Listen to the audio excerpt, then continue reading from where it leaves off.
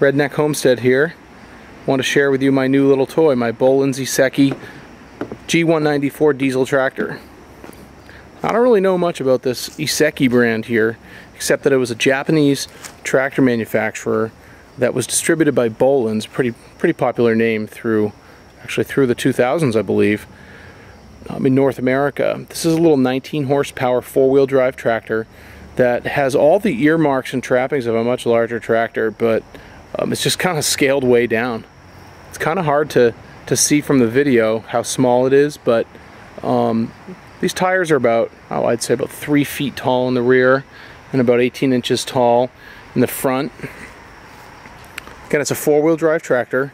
It's got an Isuzu 2-cylinder diesel in it, and it's got an 18-speed transmission that will put out approximately 1/2 of a mile an hour all the way up to around 6 miles an hour, with various torque outputs at different speeds, of course.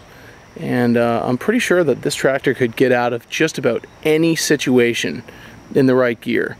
Now, I came from a much larger tractor, a mid-sized Kubota, about 35 horsepower, with a big backhoe on it and a front-end loader. And I was concerned that 19 horsepower just wouldn't really do much of anything. And of course, I'm in the market for a much bigger tractor still, because I got rid of that old Kubota. But the price on this was just so irresistible that I had to pick it up, and it runs just so darn well. It came with 4 attachments, actually. This is a 48-inch Woods RM48 PTO-driven mower. I also have a 5-foot grader blade, as well as a 5-foot York rake, and a traditional trailer hitch attachment that fixes up to the 3-point hitch. And what was so attractive, among many things actually, was the original hours on this tractor are only 463. This tractor's over 30 years old. This particular model was only made from 1979 to 1983, and I'm not really sure which year this is. I haven't looked into the serial number and traced it back and, done the lookup on it. The fellow that I purchased it from had just replaced the seat, and he had just replaced the steering box, which would explain that oil leak there. I haven't really looked too much into that, but he said that his research has shown him that it's a fairly common problem, and filling the steering box up with grease solves the issue. So I guess we'll just kind of take that one day at a time and see what happens. It's got a little 2-cylinder Isuzu engine in it, and the hatch pops with that little lever. You can see inside here it's in really good condition. It's clean. Not so clean that it looks like you just cleaned it. It's got a little 4.5-gallon diesel tank, which I would imagine would run this thing all day and all night. And I plan to just use it around the property. Maybe pull some trees and some logs and rocks around, and of course maybe some mowing, grade the new road that we're building. The uses around the property for a tractor are innumerable. Why don't we start this thing up, just so you can hear it.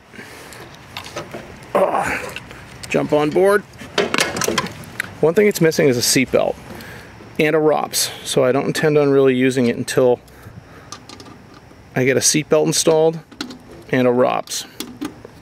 For those of you that don't know what a ROPS is, a rollover protection system. If this tractor were to ever roll over and eject the driver from the seat and roll over on top of you, you'd be dead immediately. So it's absolutely critical that you strap yourself in with a strong seatbelt, and the rollover protection essentially is a roll cage, so it keeps the operator in the operator station while the tractor's flipping over. They are known to save lives time and time again. So I'm going to turn this into the on position here. It's middle of August or beginning of August, and it's 80 degrees out. We don't really need glow plugs, but I'll turn them on for just a minute here. And then we'll push the clutch in, fire her up. Very little effort to start this guy up.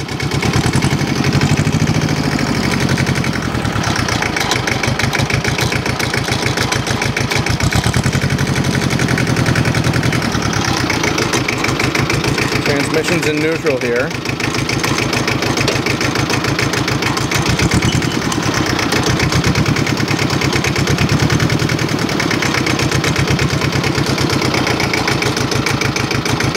Put it in first and I'll move along so you can see. You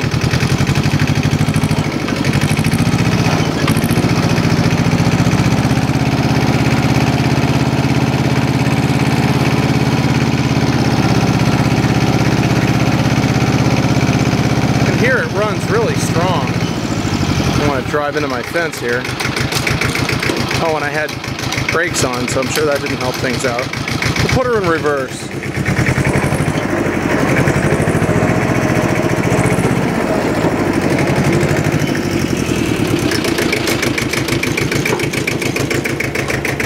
Raise up the mower, which I accidentally forgot to bring back up. Still getting used to this thing here.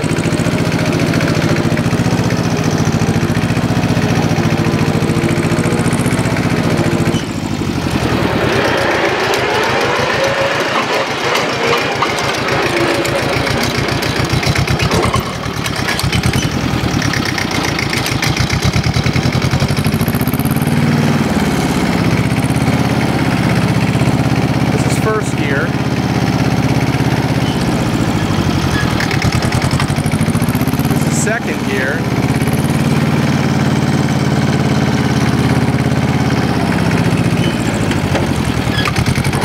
And this is third gear. This is if you got to get somewhere really quick.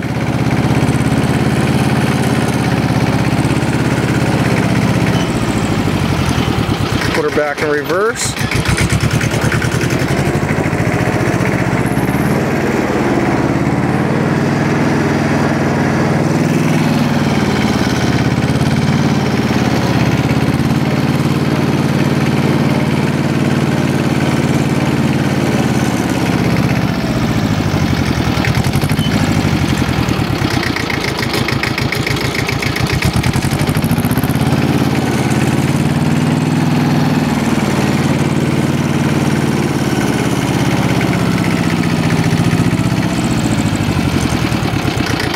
Now interestingly, the way that you turn this thing off is you starve it of air. Which makes a lot of sense, because in order to start a fire, you need fuel and you need air. It's a little faster to starve the thing of air than it is fuel, because it's so efficient on fuel. It would take a long time to burn off the fuel that's being supplied.